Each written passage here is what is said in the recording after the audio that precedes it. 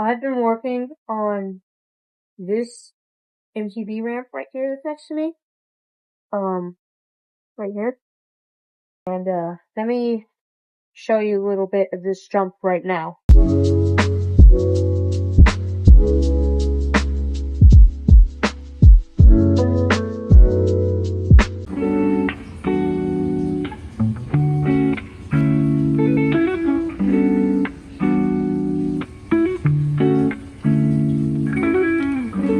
So basically what I need to finish up on this jump is I need to finish putting these slats on the rest of the way.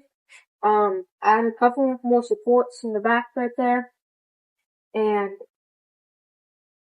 then I'm gonna have to cut off the excess slat, and that's about it. So let me do a quick montage of me finishing this up.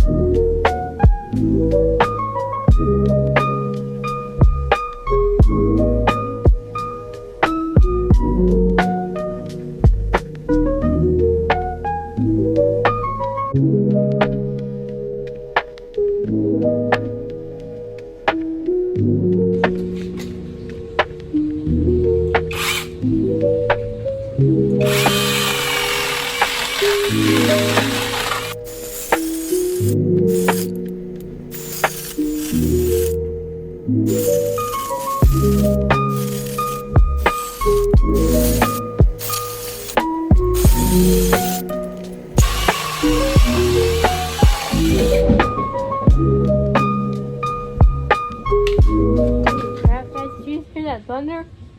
Jeez, I had something just fell outside my garage.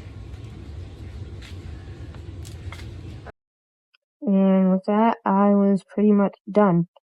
Now, it may not be the prettiest thing, but I'm sure it'll work. Now guys, the only problem is I probably won't be able to test it today because it's thunderstorming right now.